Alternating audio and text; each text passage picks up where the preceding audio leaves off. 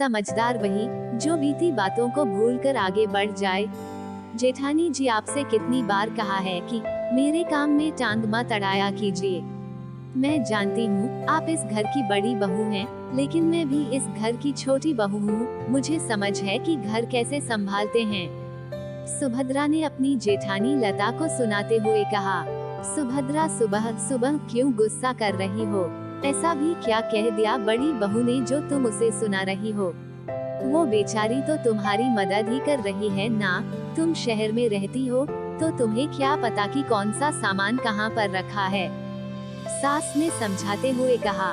माँ जी, अगर मैं शहर में रहती हूँ तो क्या हुआ? इसका मतलब ये तो नहीं कि मुझे यहाँ की चीजों के बारे में नहीं पता। घर से दूर जरूर थी मैं, लेकिन दिल से नहीं। सुभद्रा ने अपनी सास की बात का जवाब देते हुए कहा। अच्छा, जब तू दिल से इस घर से जुड़ी है तो फिर तेरे और लता के बीच ये दूरियां कैसी? आखिर ऐसी कौन सी बात है जिसकी वजह से तूने लता के प्रति दिल में नफरत पाल रखी है? आखिर बता तो सही। सास मालती ने कहा। हाँ छोटी, यह बात तो मुझे भी जाननी है। आखिर ऐसी कौन सी बात है जो तू मुझसे गुस्सा है? लता ने कहा। क्या कहूँ जेठानी जी, घर के सभी सदस्यों के मुंह से सिर्फ आपकी ही तारीफ सुनने को मिलती है। जब मैं शादी करके इस घर में आई तब से लेकर आज तक यही होता आया है। मैं कितना भी अच्छा काम करती, खाना बनाने से लेकर झाड़ू पोछा तक, लेकिन बड़ाई सिर्फ और सिर्फ जेठानी जी की ही होती। कि देखो लता ने कितना अच्छा खाना बनाया है, लेकिन कभी जेठानी जी के मुंह से नहीं निकला कि यह खाना छोटी ने बनाया है। मैं घर कहती तो मुझे ही कह दिया जाता कि देखो यह बड़ी बहू की होड़ करने चली हैं। बस यह छोटी छोटी बातें कब मेरे दिल में घर कर गई और दीदी के प्रति मुझे नफरत हो गई, और मैंने इसलिए अलग रहना ठीक समझा। सुभद्रा, दिल में नफरत के बीच बोकर रिश्ते नहीं निभते हैं, और घर घर में कोई बड़ा कुछ तुम्हें सीख दे तो उसमें बुराई क्या है? घर के बड़े इसलिए सीख देते हैं ताकि जो गलती उससे हुई वही गलती तुमसे न हो। बड़ी बहू ने इस घर के तौर तरीके जान लिए थे। वो बस तुम्हें बता रही थी ताकि तुम्हें वो सब सुनना न पड़े जो मैंने सुना।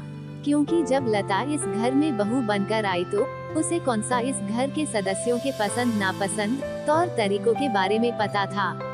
मैंने ही उसे समझाया और उसने तुझे समझाया। और रही तारीफ की बात, तो तेरी तारीफ करते हुए लता का मुंह नहीं थकता था। तेरे शहर जाने के बाद लता भी उदास हो गई थी।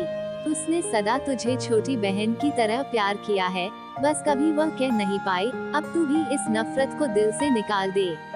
क्यों भूली बिसरी बातों की कड़वाहट से रिश्तों को जला रही?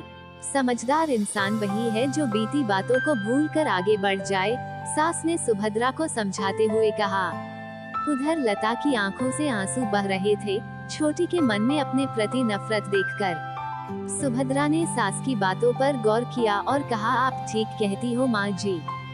समझदार इंसान वही है जो बीती बातों को भूलकर रिश्तों की नींव को मजबूत करे। सास की बात को मानकर सुभद्रा ने अपनी जेठानी के प्रति नफरत के बीज को जड़ से उखाड़ फेंका, और रिश्ते में आई दूरियां पल भर में नजदीकियों में बदल गई। सुभद्रा ने लता को गले से लगा लिया। दोनों को खुश देखकर सास मालती भी खुश थी। दोस्तों, अक्सर देखा जाता है कि घर में अगर किसी एक सदस्य की हर बात में तारीफ की जाती है तो घर के अन्य सदस्यों के मन में हीन भावना पैदा हो जाती है।